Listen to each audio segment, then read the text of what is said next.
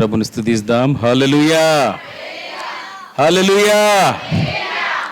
దేవుని గణనామమునకు స్తోత్రం కలుగును గాక. దేవుని బిడ్డలారా, ప్రియ దైవజనమా, మరి ఈ సంఘములో Jesus Calvary in Jesus ministries, Jesus in Calvary ministries సంఘ కాపరి దైవజనులు పాస్టర్ మధు పాస్టర్ గారికి, అమ్మగారికి, మరి ఇక్కడ వేదిక మీద ఉన్నటువంటి కాళే పాస్టర్ గారికి, మరి పాస్టర్ ప్రవీణ్ పాస్టర్ గారికి, కూడి వచ్చిన మీకందరికీ మన ప్రభువును రక్షకుడైన యేసుక్రీస్తు నామంలో మీకందరికీ శుభములు తెలియజేస్తూ ఉన్నాను.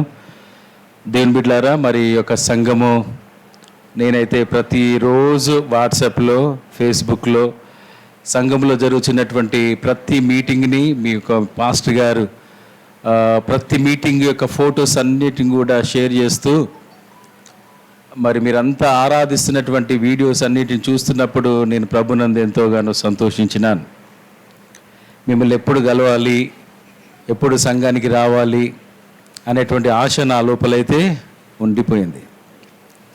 మరి దైవజనులు మరి ఎంతోగానో మిమ్మల్ని అందరినీ కూడా ప్రతి వారము మరి రెస్ట్ లేకుండా ఎప్పుడు సమయము, ఎప్పుడు సెలవు దొరికినా కానీ మిమ్మల్ని అందరినీ ప్రతిరోజు మరి వాక్యము చేత మిమ్మల్ని బలపరుస్తూ మీ యొక్క ఆత్మీయ విశ్వాసములో బలపరచడానికి కొరకు ఇలాంటి మీటింగ్స్ను ఎప్పటికీ కండక్ట్ చేస్తూ మంచి మంచి దైవజనులను పిలిపించి ఆత్మీయంగా వాక్యములో మిమ్మలను బలపరచడానికి కొరకు చక్కని దైవ సేవకులని పిలిపించి వాక్యంలో మిమ్మల్ని బలపరుస్తున్న విధానమును చూస్తూ నేను ఎంతోగానో ప్రభునందు ఆనందిస్తున్నాను. దేవుని నామమునకు మహిమ కలుగును గాక. హల్లెలూయా. నాకు తెలుసు మరి ఇంత లోపలికి నేను ఫస్ట్ టైం ఇక్కడికి రావడము, కానీ నిజంగా మీరు ధన్యులు, మంచి దైవజనులు, దైవ సేవకురాలు, ఇంత మంచి సంఘములో మీరు మరి దైవ బిడ్డలుగా, విశ్వాసులుగా ఉన్నారంటే అది మీరు నిజంగా ధన్యులని నేను భావిస్తున్నాను. ఎందుకు మీకు విషయం తెలుసా? మరి దైవజనులు పాస్టర్ మధు గారు వారు కీర్తిశేషులు, అపోస్తులు, ప్రవక్తలు పుల్ల మార్కయ్య గారి యొక్క మనవడు. మా ఐపీసీ పాపయ్యపేట సంఘములో మొట్టమొదటిసారిగా మరి మా యొక్క రత్నమయ్య గారు ఉండేది.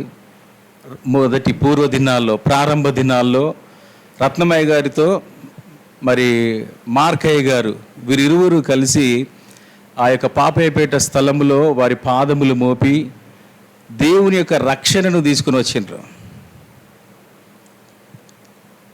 ఎప్పటికీ మేము తలుచుకుంటాం, ఎప్పటికి కూడా తండ్రి గారితోనే. మరి రత్నమయ్య గారితో పాటు కంపల్సరీగా వచ్చేటువంటి పేరే ఉంటే తెలుసా? మార్కయ్య గారు. వారు ప్రవక్తలండి. వారు బోధ చేస్తున్నప్పుడు, వారు అన్ని భాషలు మాట్లాడుతున్నప్పుడు ప్రజలందరికి మీదుగా పరిశుద్ధాత్మ శక్తిని పొందుకొని ఒక్కొక్కరు గంతులు వేయడం నేను చూసినాను. చిన్నప్పుడు మా తల్లి దగ్గర నేను ప్రార్థనకు పిలిచినటువంటి సమయంలో పిల్లవాని ఉంటున్నప్పుడు విజ్ఞాపన దినము శనివారం రోజున, ఆదివారం అయితేనేమి, గృహకూడికలు గురువారం జరుగుతున్నటువంటి గృహకూడికలు అయితేనేమి, మంగళవారం జరుగుతున్నటువంటి స్త్రీల కూడికలో కూడా నేను చిన్నప్పటి నుంచి స్త్రీల సమాజంలో మా తల్లిగారితో పాటు నేను చిన్నప్పుడు వారితో కూడా వెళ్ళి వారు ఆరాధిస్తున్నప్పుడు, పాటలు పాడుతున్నప్పుడు పరిశుద్ధాత్మలో ఎంతోగానో సంతోషించేది, ఆనందించేది. అలాంటి మంట ఎంత గొప్పగా ఉండేదంటే సంఘమంతా కూడా ఒక్కొక్కరు ఒక్కొక్క అగ్ని ఒక కనివలే వాళ్ళు మండుచు ఇతరులను మండించేటువంటి వారు. అంత గొప్ప సేవకుని యొక్క మనవడే మన పాస్టర్ పుల్ల మధు గారు. అందరూ చప్పట్లు కొట్టి ప్రభుని గణపరుస్తాం. హల్లెలూయా. దేవుని బిడ్డలారా, మరి మీతో కలిసి ఈ రాత్రికాల సమయంలో మరి కొంతసేపు దేవుని వాక్యాన్ని పంచుకోవడానికి దేవుడిచ్చినటువంటి ఒక శ్రేష్టమైన సమయం బట్టి నేను ప్రభుని ఎంతోగానో స్తుతిస్తున్నాను. దేవుని నామమునకు మహిమ కలుగును గాక. హల్లెలూయా. పరిశుద్ధ బైబిల్ గ్రంథములో నుండి రోమీలకు రాసినటువంటి పత్రిక, అపోస్తులైన పౌలు గారు రోమీలకు రాసినటువంటి పత్రిక 5వ అధ్యాయము 19వ వచనం. ఎవరైనా చదివి సహాయం చేస్తారా? ఏలయనగా ఒక మనిషిని అవిధేయత వలన అనేకులు పాపులుగా ఎలాగూ చేయబడిరో, అలాగే ఒకని విధేయత వలన అనేకులు నీతిమంతులుగా చేయబడుదురు. దేవుని నామమునకు మహిమ కలుగును గాక. హల్లెలూయా. అందరము చేతుల పైకెత్తి ప్రభుకు స్తోత్రాలు చెల్లిద్దాం. హల్లెలూయా. ఏలైనగా ఒక మనిషిని అవిధేయత వలన అనేకులు పాపులుగా ఎలాగూ చేయబడిరో, అలాగే ఒకని విధేయత వలన అనేకులు నీతిమంతులుగా చేయబడుదురు. ఆ మనుషుడు ఎవరంటే చెప్పగలుగుతారా? ఒక మనిషిని అవిధేయత ఎవరి ద్వారా అండి? మొదటి మానవుడు ఆదాము వలన అతని అవిధేయత వలన తినవద్దన్నటువంటి పండును తినడం ద్వారా అవిధేయత వచ్చిందండి.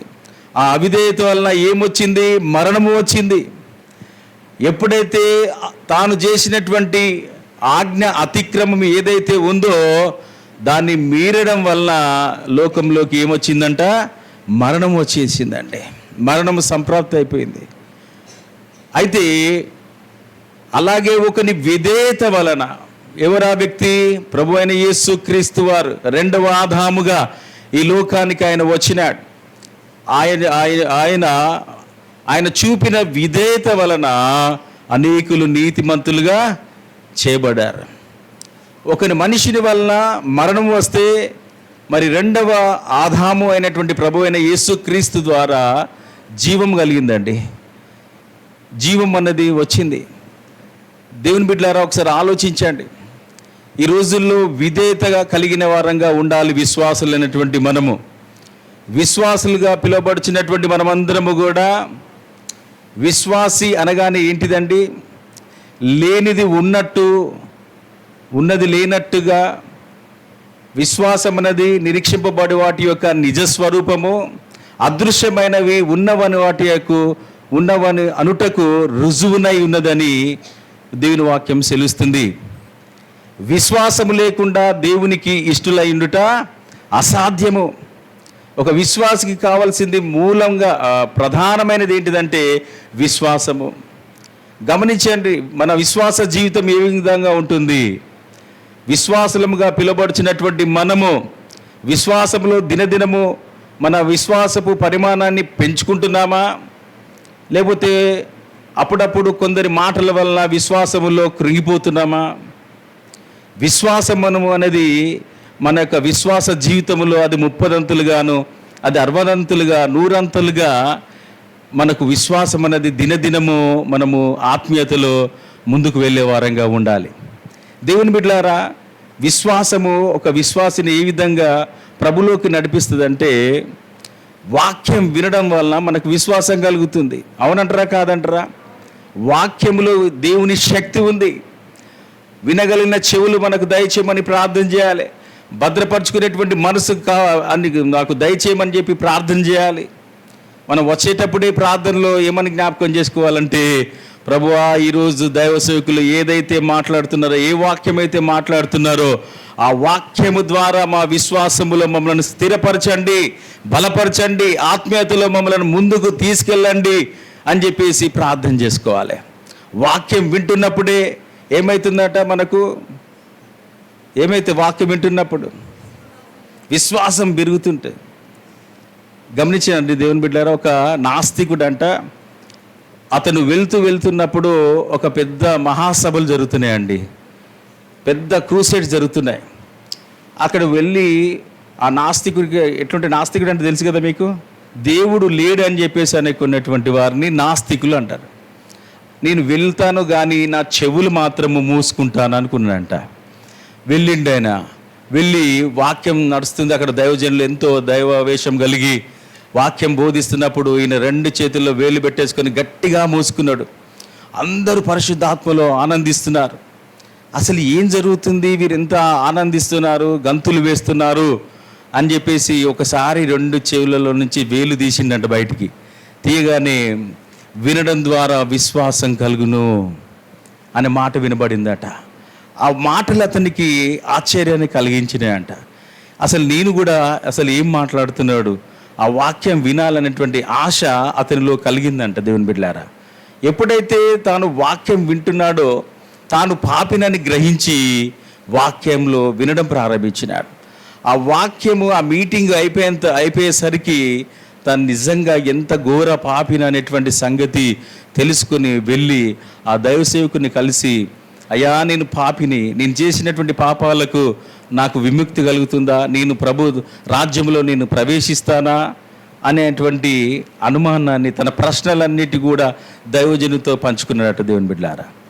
వెంటనే దేవుని వాక్యమును తనకు బోధించి వెంటనే సమయము పోనీయకుండా వెంటనే అతనికి బ్యాప్టిజం ఇచ్చేసి రక్షణలోకి నడిపించబడ్డాడు. ఆ వ్యక్తి ఎవరో తెలుసా? చార్లెస్ స్పర్జన్ గారండి. చార్లెస్ స్పర్జన్ అతను గొప్ప సేవకుడిగా అనేక సంఘాలను కట్టినాడండి.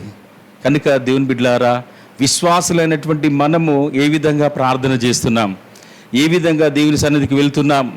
ఆశ కలిగిన ప్రాణమును ఆయన తృప్తిపరిచే దేవుడు. ఆశ కలిగినటువంటి ప్రాణమును ఆయన తృప్తిపరిచేటువంటి దేవుడు. మనం చేస్తున్నటువంటి ప్రార్థన దేవుడు ఆలకిస్తున్నాడు, వాటిని నేను పొందుకుంటున్నాను అనేటువంటి విశ్వాసంతో ప్రార్థన చేయాలి.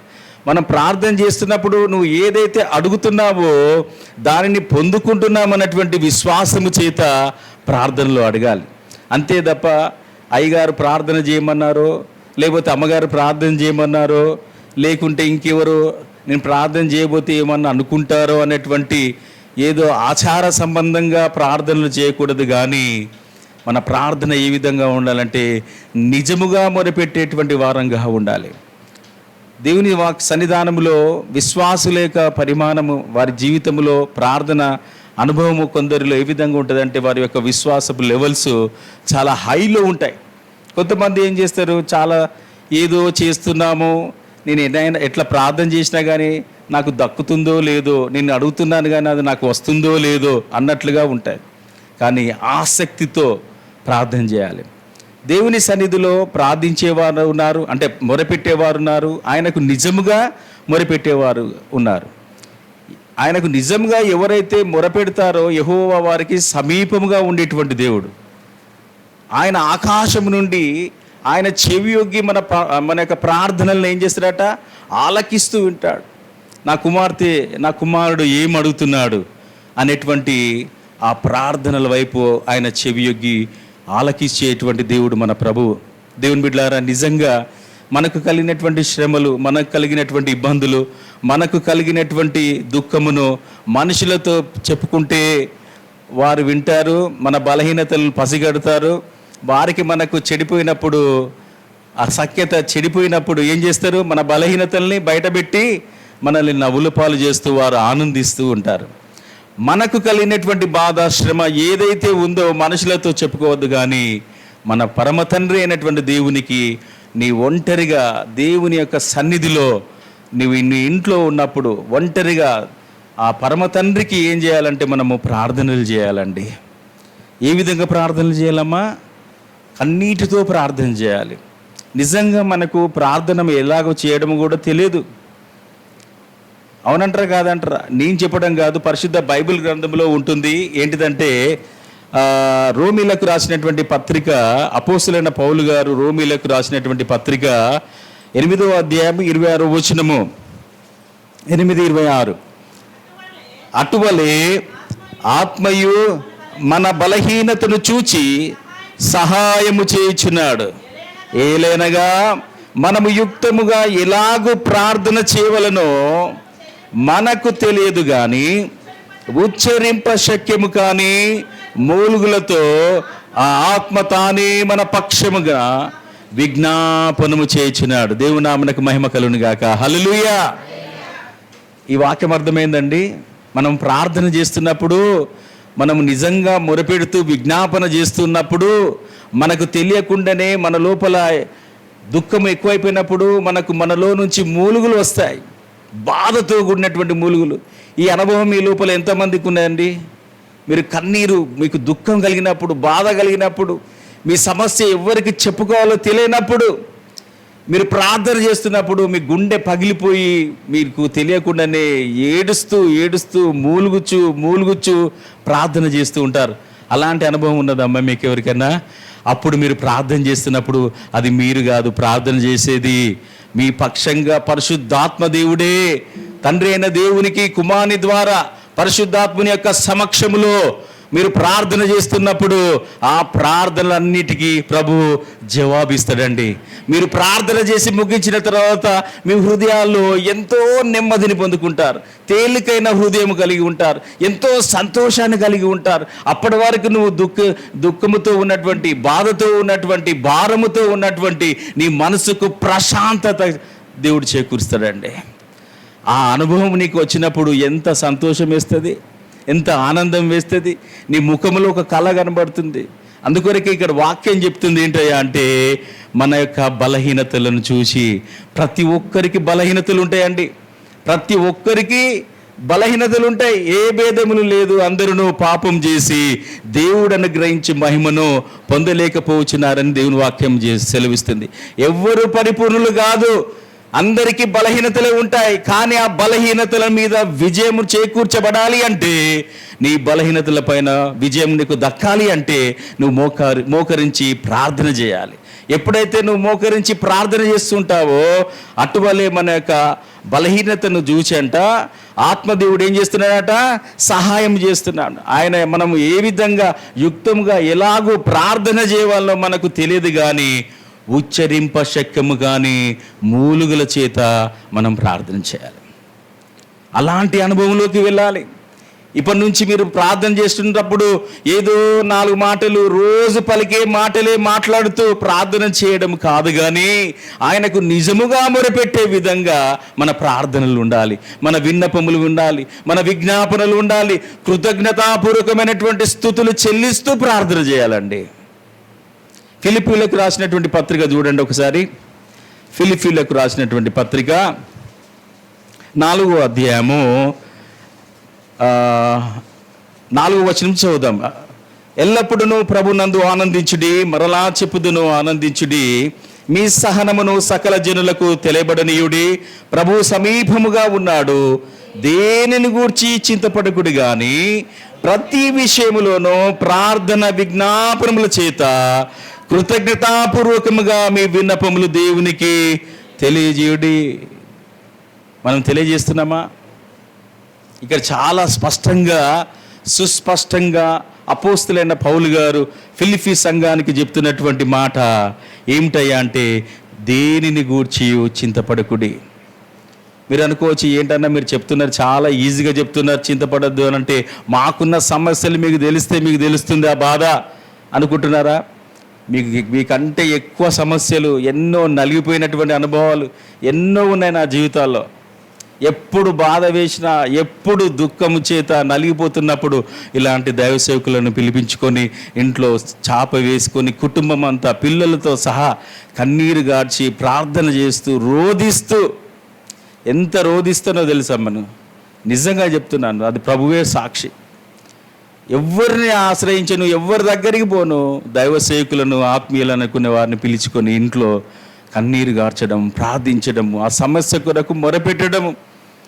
మా గాయపడిన హృదయాలకు దేవుడే గొప్ప ఆదరణ, నెమ్మదిని ఇచ్చి మమ్మలను ఆదరిస్తూ బలపరుస్తూ దేవుని వాక్యము ద్వారానే మమ్మల్ని స్థిరపరుస్తూ దేవుని వాక్యము చేత మేము ఆదరించబడుతున్నాం. దేవుని బిడ్డలారా ఒకసారి ఆలోచించండి. ఇంత మంచి సంఘము, దైవ సేవకులు, పాస్టర్ గారు మీ కొరకు మానక వారు ప్రార్థిస్తూ కనిపెడుతూ, ఎవరి కుటుంబంలో ఏ అవసరత వారు కలిగి ఉన్నారో తనకే వారి యొక్క ఇంటిలోనే వారికే వచ్చినట్లుగా వారు ఎప్పుడు మీ కొరకు కనిపెడుతూ ప్రార్థన చేస్తూ వారు దేవుని సన్నిధానంలో ఏం చేస్తున్నారండి, మొరపెడుతున్నారండి. ఇక్కడ ఏం చెప్తున్నాడు, ప్రభు మనకు సమీపంగా ఉన్నాడు, దేనిని గూర్చి చింతపడకుడు కానీ ప్రతి విషయంలో ప్రార్థన విజ్ఞాపనలు. ప్రార్థన అంటే ఏంటిదమ్మా, మనము మన కొరకు చేసుకునేటువంటి దానిని ఏమంటారు, ప్రార్థన అంటారు. విజ్ఞాపనలు అంటే ఏంటిది, సంఘంలో ఎవరైనా సాక్ష్యం ఇచ్చాయా, నా కొడుకు బాగాలేడు, లేకపోతే మా కుటుంబంలో ఈ ప్రతి అవసరత వచ్చింది, ఈ సమస్య ఉంది, దయచేసి ప్రార్థన చేయండి అని చెప్పేసి మీకు సాక్ష్యం చెప్పేటువంటి వారిని జ్ఞాపకం చేసుకొని వారి కొరకు భారభరితమైనటువంటి హృదయంతో ఏ వ్యక్తి అయితే, ఏ కుటుంబం అయితే ప్రార్థన చేస్తారో అలాంటి ప్రార్థనలు ఏమంటారంటే విజ్ఞాపనము. ప్రభు అయిన యేసుక్రీస్తు వారు కూడా ఆ పరలోకంలో తండ్రి కుడిపార్శ్వమున కూర్చుండి ఆయన ఏం చేస్తున్నాడట? మన కొరకు విజ్ఞాపన చేస్తున్నాడండి. మన కొరకే ప్రార్థన చేసుకోవడం కాదు, ఇతరుల క్షేమం కొరకు ప్రార్థించాలి. మనల్ని హింసించే వారి కొరకు ప్రార్థన చేయాలి, మనల్ని బాధ పెట్టే వారి కొరకు ప్రార్థన చేయాలి. మనల్ని ఎప్పుడు ఇతరులకు కొంతమందికి ఉంటారండి, ఏంటిదంటే ఈ వ్యక్తి బాగా ఎదుగుతున్నాడు, వీళ్ళు బాగా అదే చేస్తున్నారు అని చెప్పేసి కళ్ళల్లో ఏం చేస్తారు? వాళ్ళు పోసుకుంటారు నిప్పులు. అవునా కాదా? నీ శత్రువుని సైతం ప్రేమించే మంచి మనసు మనం కలిగి ఉండాలి. దేవుడు ఏం చేస్తాడు తెలుసా? శత్రువులు ఎదుట మనకు భోజనమును సిద్ధపరిచే దేవుడు. వారికి పగ తీర్చుకోవడం మన పని కాదు, పగ తీర్చుకోవడం ఆయనకే, ఆయన పని ఆయనకు వదిలిపెట్టాలి. అవకాశం ప్రభుకే ఇవ్వాలి తప్ప వారు అట్లయితే బాగుండు, వీరు ఇట్లయితే బాగుండని వారిని బట్టి మనము గనక ఇబ్బంది పడితే మన ఆరోగ్యం పాడైపోతుంది. ఫస్ట్ మన ఆరోగ్యం ఏమైపోతుంది? పాడైపోతుంది. కనుక వారిని ఏం చేయాలంటే ప్రభుకే అప్పగించి, ప్రభువా నేను వారిని క్షమిస్తున్నాను, ఇక వారిని గూర్చి నా హృదయంలో ఎలాంటి బాధ ఉండకూడదు అని చెప్పేసి దేవునికి వదిలిపెట్టేయండి. దేవుని మీద వదిలిపెట్టేయండి. నువ్వు చాలా ప్రశాంతంగా ఉంటావు. నువ్వే వారిని కలిసినప్పుడు ప్రైజ్ ది లార్డ్ అని చెప్పండి. ఏ విధంగా ఉన్న సిస్టర్, ఏ విధంగా ఉన్న బ్రదర్ అని చెప్పేసి అడగండి. వారికి ఏమి చేయాలో అర్థం కాదు. వారి తలం పైన ఏమైతే అట నిప్పుల కుప్పగా పోసినట్లుగా అయిపోతుంది వాళ్ళకు. అర్థమవుతుందండి? ఆ విధంగానే దేవుని సన్నిధానములో మనం ఏం చేయాలంటే ప్రార్థన విజ్ఞాపనముల చేత కృతజ్ఞతాపూర్వకమైనటువంటి విన్నపములను ఏం చేయాలట? దేవునికి తెలియజేయాలి. యాచనలు అంటారు. యాచనలు అంటే ఏంటిదంటే యాచించడము. ఎవరైనా మన ఇంటి ముందుకు వచ్చి అయ్యా ఏమైనా తినడానికి ఏమైనా ఉంటే వెయ్యండి అని చెప్పేసి యాచిస్తూ ఉంటారు, అడుగుతూ ఉంటారు. అట్లాగే ప్రభు దగ్గర మనము జవాబు పొందుకున్నంత వరకు కూడా మనం యాచించాలి. యాచిస్తూ, గోజాడుతూ, విజ్ఞాపనలు చేస్తూ, ప్రార్థనలు చేస్తూ కృతజ్ఞతాపూర్వకమైనటువంటి విన్నపములన్నిటిని ఏం చేయాలంటే ప్రభుకి తెలియజేయాలండి.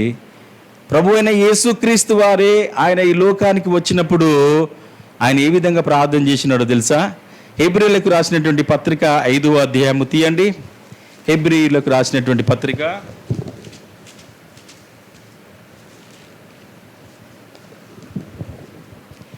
7వ వచనం నుంచి చదువుదాం, చూడండి. శరీరధారి అయ్యున్న దినములలో మహారోదనముతోను కన్నీళ్లతోనూ తన్ను మరణము నుండి రక్షింపగలవానికి ప్రార్థనలను యాచనలను సమర్పించి భయభక్తులు కలిగి ఉన్నందున ఆయన అంగీకరింపబడెను. దేవుని నామమునకు మహిమ కలుగును గాక. హల్లెలూయా.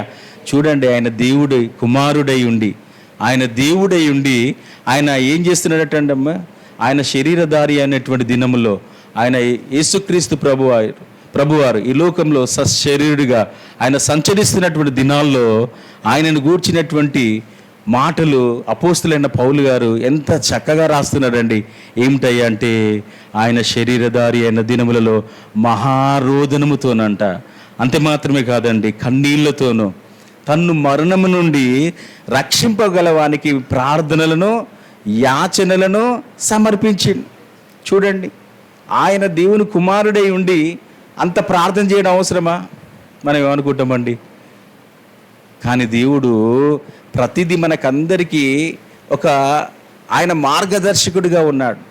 తన అడుగుజాడల మన కొరకు విడిచి వెళ్ళిండు. ఆయన ప్రతిదీ మనకు చూపించి వెళ్ళిండు. ఏ విధంగా ప్రార్థన చేసేది ఆయన ఉదయం నుంచి రాత్రి వరకు ఆయన సువార్తను ప్రకటిస్తున్నాడు. పరలోక రాజ్యము సమీపించుచున్నది, మారు మనసు పొందుడని యూదయ, గలిలయ, సమరయ ప్రాంతాల్లో పర్యటిస్తూ బోధిస్తూ తన దగ్గరికి వస్తున్నటువంటి ప్రజలకు వారికి వ్యాధి బాధల నుండి విడుదల అనుగ్రహిస్తూ స్వస్థత చేకూరుస్తూ రాత్రంతా తండ్రితో ఏం చేసేది? రాత్రంతా కూడా ప్రార్థనలు చేసేదండి. రాత్రంతా కూడా ప్రార్థనలు చేస్తూ తెల్లవారుగానే దేవాలయంలోకి వెళ్ళి బోధిస్తూ సువార్తను ప్రకటిస్తూ ఆయన ప్రతిదీ మనకు మార్గదర్శకుడిగా ఉన్నాడు. ప్రతిదీ మనకు చూపిస్తూ ఉన్నాడు. బైబిల్లో ఉన్నటువంటి భక్తులను గూర్చి మనం చదువుతున్నప్పుడు వారు ఏ విధంగా వారి జీవితాల్లో కలిగినటువంటి ప్రతి కష్టములో నుండి ఏ విధంగా వారు బయట పడినారు, ఏ విధంగా ఆ శోధన నుండి తప్పించుకున్నారు, ఏ విధంగా దాన్ని జయించిర్రు అనేటువంటి విషయాల్ని వాక్యం చదువుతున్నప్పుడు పరిశుద్ధాత్మ దేవుడు మనకేం చేస్తాడమ్మా? సహాయం చేస్తాడు, మనకు నేర్పిస్తూ ఉంటాడు. పరిశుద్ధాత్మ దేవుడు మనల్ని సర్వసత్యంలోనికి నడిపిస్తూ ఉంటాడు. దేవుని బిడ్డలారా, మనము అనుదినము దేవుని వాక్యం చదివే వారంగా ఉండాలి. దేవుని వాక్యం చదివి దివారాత్రులు దాన్ని ధ్యానిస్తూ ఏ విధంగా ధ్యానించాలంట. నెమరవేయడము, వాక్యాన్ని నెమరవేయడం అంటే తెలుసమ్మా మీకు? పిల్లలకి మీకు ఏంటి చెప్పండి? ఒక గేదె ఉంటుంది, అది ఏం చేస్తుంది? గడ్డి తినేస్తుంది. తిన్న తర్వాత మంచిగా రాత్రి కాగానే మంచిగా పడుకొని నెమ్మదిగా తాను తిన్నదంతా తన నోట్లోకి తీసుకొని ఏం చేస్తుంది? మళ్ళీ నెమరు వేస్తూ ఏం చేస్తుంది? దాన్ని ఆస్వాదిస్తూ ఉంటుంది. దేవుని బిడ్డలారా, మీరు కూడా దేవుని వాక్యాన్ని ఏం చేయాలంటే నెమరు వేయాలి. ఏ వ్యక్తి హృదయంలో దేవుని వాక్యం నివసిస్తుందో ఆ వ్యక్తి సాతాను పైన జయాన్ని పొందుకోగలుగుతాడు. అర్థమవుతుందా? ముఖ్యంగా యవనస్తులు ఉన్నారు ఇక్కడ. యవనస్తులారా, మీరు బలవంతులు, మీరు దుష్టుని జయించి ఉన్నారు. దేవుని వాక్యం మీలో నిలిచి ఉన్నది. నువ్వు దేవుని వాక్యం నీలో నిలిచి ఉన్నది గనకనే సాతాను పైన నువ్వు విజయాన్ని నీవు పొందుకోగలుగుతావు. అంతేగాని నేను దేవుని వాక్యం నీ లోపల ఉండకుండా నేను సాతాను జయించగలుగుతాను, నేను ఈ లోకం మీద, ఈ శరీరాశల మీద, నేత్రాశల మీద, జీవబుడము మీద నేను విజయాన్ని పొందుకోగలుగుతానంటే అది నీ వల్ల కానే కాదు. మన శక్తి చేత కాదు, మన బలము చేత కాదు, తన ఆత్మ ద్వారానే మనము దాన్ని జయించేటువంటి సాతాను యొక్క కుతంత్రములను, సాతాను యొక్క పన్నాగాలను, వాటిని ఎదిరించాలంటే దేవుని వాక్యం మీలో నివసించాలి. అందుకొరకే యవనస్తులారా, మీరు బలవంతులై ఉన్నారని దేవుని వాక్యం సెలవిస్తుంది. దేవుని బిడ్డలారా, దేవుని వాక్యం ఉన్నటువంటి శక్తి అలాంటిది. ఎంతమంది రోజు దేవుని వాక్యాన్ని చదువుతున్నారు బిడ్డలారా? నేను ఎత్తమనట్లేదు, కానీ దేవుని వాక్యం చదవడం ద్వారా, ప్రార్థన చేయడం ద్వారా నీ యొక్క విశ్వాస జీవితంలో ఈ రెండు రెక్కల లాంటివి విశ్వాసికి. ప్రార్థన, వాక్యం, ఈ రెండు నువ్వు కలిగి ఉంటే ఇట్లా పైకి ఎగురుతూ పోతూ ఉంటావు. కనుక దేవుని బిడ్డలారా, ఉదయం లేవగానే మనుషుల వైపు చూడడం కాదు, మమ్మీ డాడీ వైపు కాదు, సెల్ ఫోన్ చూసి ఏ మెసేజ్లు వచ్చినాయని చూడడం కాదు. పరిశుద్ధ బైబిల్ గ్రంథాన్ని ఓపెన్ చేసి వాక్యాన్ని చదివి, ఎప్పుడైతే బైబిల్ చూస్తున్నావో నువ్వు ఎవరి ముఖ దర్శనం చేస్తున్నావు? దేవుని ముఖ దర్శనం చేస్తున్నావు. వాక్యం చదవడం ద్వారా ప్రభు నీతో మాట్లాడుతున్నాడు. నువ్వు ప్రార్థన చేయడం ద్వారా నీవు ప్రభుతో మాట్లాడుతున్నావు. అర్థమైన వారు ఒకసారి హల్లెలూయా చెప్పండి బిగ్గరగా. హల్లెలూయా. అంతే మాత్రమే కాదు, 8వ వచనం చదువుదాం. 5:8 ఆయన కుమారుడయ్యుండియు తాను పొందిన శ్రమల వలన విధేయత నేర్చుకున్నాను. దేంతో విధేయత నేర్చుకున్నాడండి? శ్రమల వలన విధేయత. ఒక క్రైస్తవునికి శ్రమ రావడం మేలు. ఏంటన్నా, యేసుక్రీస్తు ప్రభుని నమ్ముకుంటే శ్రమలు రావన్నారు, మాకు శ్రమలు వస్తున్నాయి, మేము ఇంకెక్కడికి పోవాలి అని చెప్పేసి అనుకుంటున్నారా? నిజంగా ఒక విశ్వాసి దేవునిలో బలపరచబడుతున్నప్పుడు తప్పకుండా శ్రమలు వస్తాయి. కానీ ఆ శ్రమలను తప్పించుకునేటువంటి జ్ఞానాన్ని కూడా ప్రభు ఏం చేస్తాడు? మనకు చూపిస్తాడు. అది ఏ విధంగా అందులో నుంచి తప్పించుకొని పోవాలో ప్రభు మనకు చూపిస్తాడండి. అందుకొరకే మనం ప్రార్థన చేసేటప్పుడు, ప్రభువా నాకు బాధలు రావద్దు, కష్టాలు రావద్దు అని చెప్పి ప్రార్థన చేయడం కాదు, కానీ ఆ శ్రమ, ఆ బాధల నుంచి ప్రభువా నన్ను తప్పించే జ్ఞాన హృదయం నాకు దయచేయమని ప్రార్థన చేయాలి. అట్లా ఉండాలి క్రైస్తవుని యొక్క జీవితం. అంతేనా కాదా? అంతేగాని అమ్మో నాకు శ్రమలు రావద్దు, నాకు కష్టాలు రావద్దు అని అంటే, ఒక క్రైస్తవ విశ్వాసికి ఎంత శ్రమలు వస్తే ప్రభువుకి అంత దగ్గరగా వెళుతూ ఉంటారు. నువ్వు ఆ శ్రమల ద్వారా ప్రభువుని ఏం చేస్తున్నాడు? పరీక్షిస్తున్నాడండి. ఒక విద్యార్థి 10th క్లాస్ యాన్యువల్ ఎగ్జామ్ పెడతారు, అవునా కదా? మొన్న ఎగ్జామ్స్ అయిపోయినాయి, ఇవాళ ఇంటర్మీడియట్ ఎగ్జామ్స్ రిజల్ట్స్ వచ్చినాయి అనుకుంటా, నిన్న వచ్చినాయి. ఆ ఇంటర్మీడియట్లో ఫస్ట్ ఇయర్లో అతను కష్టపడి చదివిన దానికి అతనికి మంచి మార్కులు వస్తేనే ఆ విద్యార్థి యొక్క తెలివితేటలు అనేది ఆ మార్కుల ద్వారా మనకు కనబడుతుంది. అవునంటారా కాదంటారా? అట్లాగే ఒక విశ్వాసికి విశ్వాసంలో వారు బలం పొందుకోవాలంటే వారికి కలిగినటువంటి శ్రమలలో నుంచి నువ్వు ఏ విధంగా అయితే ఒక బంగారము కంసాలి ఏం చేస్తాడండి, అగ్ని చేత కాల్స్తాడు. అప్పటి వరకు అది ఒక ఇనుములాగానే ఉంటుంది, అంటే రూపమునకు తెలియకుండా లోపలనే ఉంటుంది. కానీ దాన్ని ఏం చేస్తాడు, దాన్ని ఆ యొక్క తేజాబులో వేస్తారు, దాన్ని అగ్ని చేత కాలుస్తాడు. ఎంత కాలుస్తూ ఉంటే ఆ కంసాలి యొక్క ముఖం అందులో కనబడుతుందటండి. అంత స్వచ్ఛత వస్తుంది అన్నమాట. ఇక్కడ ప్రభువు కూడా ఏం చేస్తున్నాడండి, ఆయన కుమారుడై ఉండి తాను పొందిన శ్రమల వలన విధేయత నేర్చుకున్నాడు. మనం ఏం నేర్చుకుంటున్నాం? విధేయత నేర్చుకుంటున్నామా? ఆ విధేయత ఎట్లా వస్తుంది? నీకు శ్రమ వస్తే నీకు విధేయత నీకు వస్తుంది. ప్రభు దగ్గరికి వస్తావు, మోకాలు వేస్తావు, ప్రార్థన చేస్తావు, ప్రభువా నాకు కలిగిన శ్రమలో నుండి నన్ను తప్పించేసయ్యా అని చెప్పేసి నువ్వు మొరపెడుతున్నప్పుడు నీ ఓపిక, నీ యొక్క ఓర్పు, నీ సహనము దేవుడు పరీక్షిస్తాడు. ఎస్, నా బిడ్డ, నా కుమారుడు, నా కుమార్తె నిలబడ్డాడు అని చెప్పేసి దేవుడే నీకు మంచి జ్ఞానం ఇచ్చి అందులోంచి దేవుడు ఏం చేస్తాడు, తప్పిస్తాడు. ఇంకొక వాక్యం ఉంటుంది. ఏ వాక్యం అయ్యా అంటే ఇందులోనే 2వ భాగం 5:10 ఉంటుంది. తనకు విధేయులైన వారికి అందరికీ నిత్య రక్షణకు కారకుడాయను.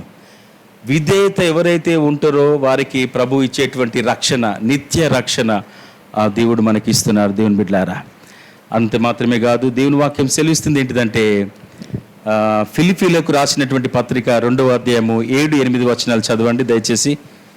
7-8.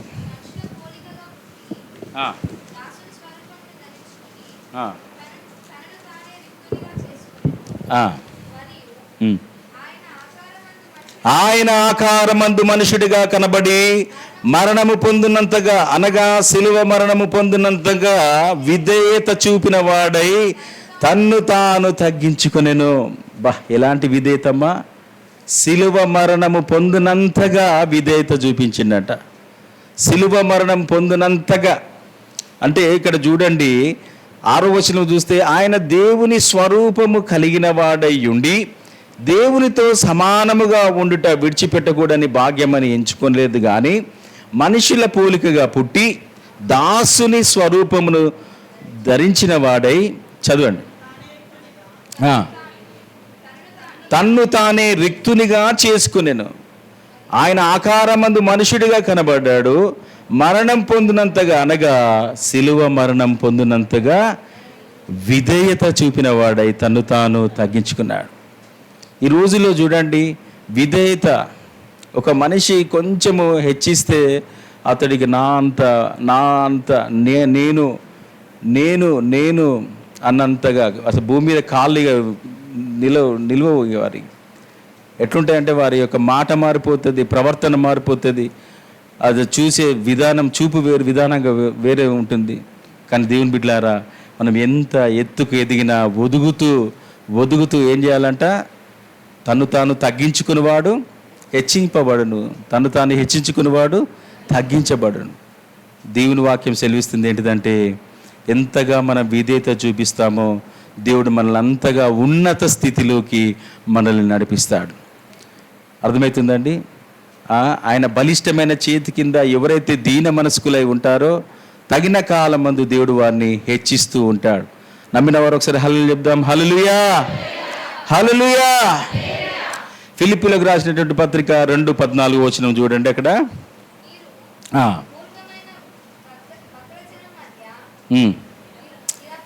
అమ్మ ఏది చదువుతుండ్రా? 2:14 రా, అదేనా? రైట్, ఇది చదువు. దాని కింద 2వ భాగము, సనుగులను సంశయములను మాని సమస్త కార్యములను చేయుడి. అట్టి జనము మధ్యన మీరు జీవవాక్యమును చేత పట్టుకొని లోకమందు జ్యోతుల వలె కనబడుచున్నారు. అందువల్ల నేను వ్యర్థముగా పరిగెత్తలేదనియు నేను పడిన కష్టము నిష్ప్రయోజనము కాలేదనియు క్రీస్తు దినమున నాకు అతిశయ కారణము కలుగును. ఈ మాటలు అపోస్తలుడైన పౌలు గారు ఈ ఫిలిప్పీలకు రాసినటువంటి పత్రికలో చాలా చక్కగా చెప్తున్నాడండి. మనము దేవుని లోపల ఏ విధంగా దేవుని వాక్యం చేత ఏ విధంగా బలము పొందుకోవాలి, ఏ విధంగా నడవాలి, ఏ విధంగా ప్రభు సన్నిధానంలో ప్రార్థన చేయాలి, తనకు కలిగినటువంటి తన అనుభవాన్ని లేఖలో రాస్తూ సంఘాన్ని బలపరుస్తున్నటువంటి మాటలు ఈ మాటలు. దేవుని బిడ్డలారా, నిజంగా ఈ వాక్యం ద్వారా మనం అందరము ఏం నేర్చుకోవాలంటే విధేయత నేర్చుకోవాలి, ఏ విధంగా ప్రార్థన చేయాలో నేర్చుకోవాలి, ఏ విధంగా దేవుని సన్నిధానంలో మొరపెట్టాలో నేర్చుకోవాలి, దేవునికి ఏ విధంగా సమీపంగా ఉండాలో నేర్చుకోవాలి. కనుక క్రైస్తవ జీవితం అనేది నిజంగా అది ఎట్లాంటిదంటే ఒక కత్తి మీద సాము లాంటిదండి. అవునంటారా కాదంటారా? చాలా అన్నీగా నేను పిల్లలు సెటిల్ అయిపోయినరు, నాకు అంత బాగుంది అని చెప్పేసి రిలాక్స్ అయిపోతాను నేను అని చెప్పే విధంగా ఉండదు క్రైస్తవుల జీవితం. దేవుని బిడ్డలకు ప్రతిరోజు కూడా పోరాటమే, అనుదినం పోరాటమే. ప్రభు సన్నిధానములో మన జీవిస్తున్న విధానమును ప్రతిరోజు దేవునికి మనము ప్రార్థన చేస్తున్నప్పుడు, ప్రభువా నీకు ఆయాసకరమైనది ఈరోజు నేను చేసినన్నా అని చెప్పేసి మనము ఏం చేయాలి, మనం ఒకసారి జ్ఞాపకం చేసుకోవాలి. నిజంగా ప్రభుకు నామమునకు అవమానపరిచే విధంగా ఏదైనా మనలో ఉన్నట్లయితే దాన్ని యథార్థంగా ఒప్పుకొని వాటిని విడిచిపెట్టి దేవుని కనికరమును పొందుకునే విధంగా మనం ఉండాలి తప్ప, లేకుంటే పైకి భక్తి గలవారమని కలిగి దాని యొక్క శక్తిని ఆశ్రయించిన వారుగా ఉండకూడదు. ఎప్పుడు దేవుని యొక్క వాక్యం చేత, దేవుడు ఇచ్చినటువంటి వాక్యము మనకు ఒక అద్దం లాంటిది, అందులో మన యొక్క జీవితము కనబడుతూ ఉంటుంది. అవునంటారా కాదంటారా? దేవుని వాక్యము చదువుతున్నప్పుడు దేవుని వాక్యం మనకి ఏం చేస్తుందంటే మన ప్రతి బలహీనతను చూపిస్తూ ఉంటుంది, మనకు ఎక్కడ తప్పిపోయినామో చూపిస్తూ ఉంటుంది. వెంటనే ఆ వాక్యము నాతో మాట్లాడుతున్నాడు, దేవుడు నాతో మాట్లాడుతున్నాడు, నేను ప్రభుకు ఆయాసకరంగా నా జీవితం ఉన్నదని చెప్పేసి ఎవరైతే యథార్థంగా ఒప్పుకొని విడిచిపెట్టినప్పుడు మాత్రమే వారు కనికరాన్ని పొందుకోగలుగుతారు. అంతేనా కాదా చెప్పండి?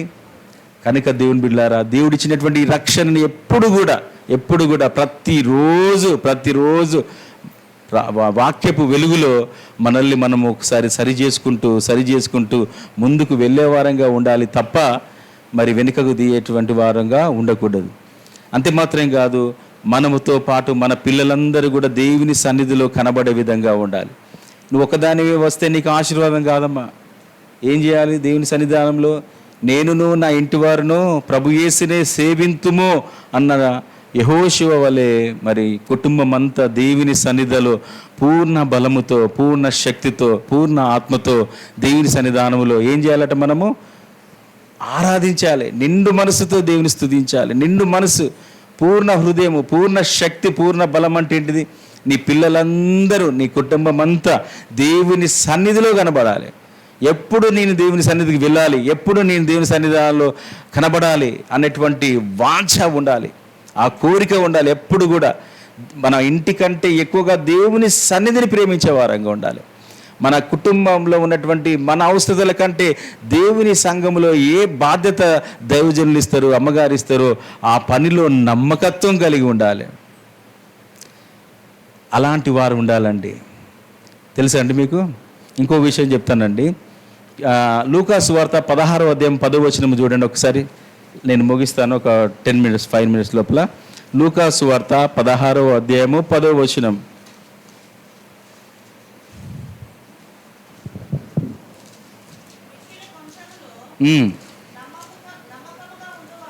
మిక్కిలి కొంచెములో నమ్మకంగా ఉండువారు ఎక్కువలోనూ నమ్మకముగా ఉండును, మిక్కిలి కొంచెములో అన్యాయముగా ఉండువాడు ఎక్కువలోనూ అన్యాయముగా ఉండును. చూడండి, దేవుడు నీకు దేవుని సన్నిధిలో దైవ సేవకులు నీకు ఏదైతే పని అప్పగించిండ్రో ఆ పనిలో నమ్మకంగా ఉండాలండి. ఆయన ఏ పని చెప్పిండో, పాస్టర్మ గారు ఏ పని చెప్పిండ్రో ఆ పనిలో ఎవరైతే నమ్మకంగా పనిచేస్తారో అలాంటి వారు మరి సహకారులుగా ఉంటారంట. మీరందరూ కూడా దైవ సేవకునికి, దైవజనునికి మీరంతా ఎవరు? సహకారులు. ఈ సహకారుల పేర్లు ఎక్కడ ఉంటుంది? జీవగ్రంథమందు వ్రాయబడి ఉంటాయి. మీరంతా కూడా దైవ సేవకునికి ఒక కిరీటం లాంటి వారు, అండి. మీరంతా కూడా నమ్మకమైనటువంటి వారు. ఈ యొక్క సహకారులైనటువంటి మీరు సంఘములో జరుగుతున్న ప్రతి పరిచర్యలో మీరు ఆసక్తి కలిగి అందరికంటే నేను ముందు వచ్చి దేవుని యొక్క సన్నిధానములో మీరు కార్పెట్స్ వేయడంలో కానీ, ఊడడంలో కానీ, ఏదైనా ఏ చిన్న వస్తువు, ఏ చిన్న పని చేసినా అది అన్నింట్లో లెక్కలోకి వస్తుందండి. మీ పేర్లు, మీ ప్రయాసము, ప్రభువునందు మీ ప్రయాసము వ్యర్థము కాదని ఎరిగి స్థిరులను కదలిన వారునై ప్రభు కార్యాభివృద్ధి అందు ఎప్పటికీ ఆసక్తులై ఉండాలి. అర్థమైందండి? ప్రభువునందు మీ ప్రయాసం, ఇప్పుడు ఎవరైతే మీరు ప్రయాసపడుతున్నారో, దైవసేవకునితో కలిసి, దైవజనులతో కలిసి ఎవరైతే మీరు సహకరిస్తున్నారో, మీరు చేస్తున్నటువంటి ప్రతి పని లెక్కలో ఉంటుంది. ఆ లెక్కలో ఉన్న వారికి ప్రతివాని జీతం పట్టుకొని ఆయన త్వరగా రాబోచున్నాడు. ఇప్పుడు ఇక్కడ మీరు చేస్తున్నటువంటి ఏ పని అయినా, కూరగాయలు తరగడమే కానీ, వంటలు వండే విషయంలో కానీ, అన్ని విషయంలో మీరు చేస్తున్నటువంటి మీ ప్రతి పని ఏంటిదంటే అది లెక్కల్లో ఉంటుంది. ఆ విధంగా మీరు సంతోషించాలి. కొన్నిసార్లు దైవసేవకులు బిజీగా ఉండో, అమ్మగారు బిజీగా ఉండో మిమ్మల్ని గుర్తించబోచ్చు. ఏంటండి నేను ఇంత పని చేస్తే మా సేవకులు కనీసం అందరం కూడా నా పేరు కూడా చదవలేదు, చెప్పలేదు, నా పేరు చెప్పలేదు అని చెప్పేసి బాధపడకూడదు. నిజంగా పేరు చెప్పకపోతేనే మీ ఆశీర్వాదం డబుల్ అయిపోతుంది అక్కడ. అవునా కదా? అంతే. ఇంకా పేరు కొరకు కాదు, నువ్వు చేసే ఏ పని అయినా కానీ ఆయన లెక్కలో ఉంటుంది. మీ చేసినటువంటి ఆ పనికి దేవుడు ఏం చేస్తాడంటే ఆయన వస్తున్నప్పుడు ప్రతి వానికి తన అకౌంట్లో, మీ యొక్క అకౌంట్లో శాలరీ వేస్తున్నాడు. నమ్మకంగా వస్తుంది కొంత శాలరీ, దశంభాగం ఇస్తున్నది, నమ్మకంగా దశంభాగం ఇస్తున్నారు, దానికి కొంత అమౌంట్, నమ్మకంగా పనిచేస్తున్నందుకు కొంత అమౌంట్, అన్నిటిలో. ఎందుకోసం 16 ఏం చెప్తున్నారు?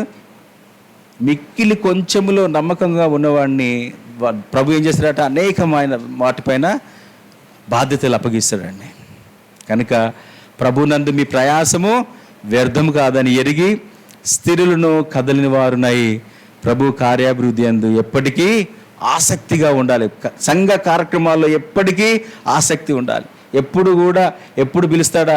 అసలు దైవసేవకుని నోట్లో నుంచి ఏదైనా పని చెప్తున్నాడంటే ఇక దేవుడే నీతో మాట్లాడి చెప్తున్నట్లుగా ఫీల్ కావాలి. అంతే తప్ప ఎవ్వరు లేరా, నేనే కనబడుతున్నా ఈ పాస్టర్ గారికి అని చెప్పేసి సనుగుళ్ళు, సంచులు ఇలాంటి మూట కట్టుకోవద్దు.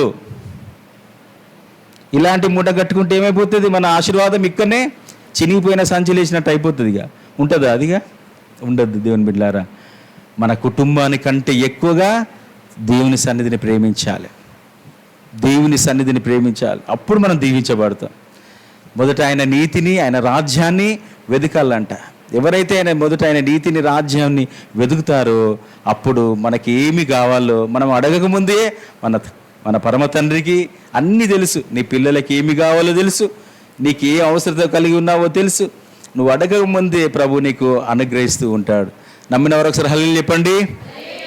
దేవుని బిడ్డలారా, మరి ఇంత మంచి అవకాశం మరి దైవజనులు మధు పాస్టర్ గారు నన్ను పిలిచి ఈ యొక్క సంఘంలో కొంతసేపు దేవుని వాక్యం అందించడానికి ఇచ్చినటువంటి ఈ యొక్క శ్రేష్టమైన సమయం బట్టి నేను ఎంతగానో ప్రభునందు సంతోషిస్తున్నాను. అట్లాగే మరి ఈ సమయంలో మరి కూడి వచ్చిన మీ అందరికీ కూడా ఇండియా పెంతెకొస్తు దేవుని సంఘం పాపివేట పక్షంగాను, అట్లాగే ట్రైసిటీ క్రిస్టియన్ ఫెలోషిప్ పక్షంగా నా యొక్క హృదయపూర్వక వందనాలు, శుభములు తెలియజేస్తున్నాను. మరొకసారి దైవ సేవకులకు వందనాలు తెలియజేస్తూ నా యొక్క మాటలు ముగిస్తున్నాను. థ్యాంక్ యూ పాస్టర్ గారు. చెప్పడం ఒకసారి